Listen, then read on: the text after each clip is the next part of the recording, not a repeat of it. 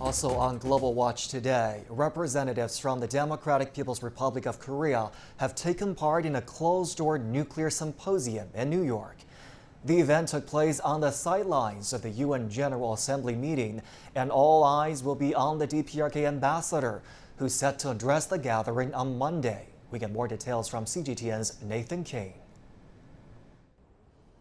Here at the United Nations all week, the standoff over the Iran nuclear deal has dominated. But I can tell you, going into the second week, the DPRK and hopes for denuclearization on the Korean Peninsula really will take center stage on Monday as the DPRK Foreign Minister prepares his speech here at the United Nations. Now, there have been lots of behind-the-scenes talks during the last 7 days here, not just between the US President and his counterparts in the Republic of Korea and Japan and elsewhere, but also behind the scenes we've seen for example, Republic of Korea and DPRK officials meeting at a peace banquet on Saturday night here. I was told that the relations between the two were much more positive, and the fact they speak here in New York now is a sign of thawing tensions on the Korean Peninsula, which can only add to the momentum for talks. But the big question is, will the DPRK's speech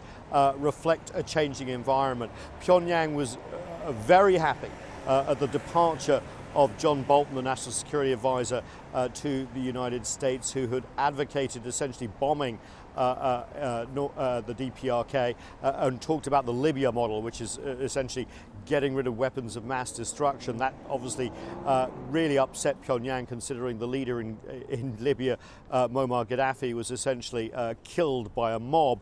That led to a poisoning of relations. US President Trump even admitted it himself. And now that Bolton has gone, there is a feeling in Pyongyang and Washington that talks can get underway. Remember, we have had two summits. We have had a historic step over into the DPRK by US President Trump, but as yet no formula for denuclearization. And the US President himself has said that he is willing to meet Kim Jong-un, the leader in the DPRK, for a fourth time and a third summit sometime, quote, soon. We do understand that talks could get underway for a framework for a summit in the next few days. So all eyes will be on the DPRK's speech here at the United Nations on Monday to see if there's further clues and a pathway to some sort of breakthrough. Nathan King, CGTN at the United Nations in New York.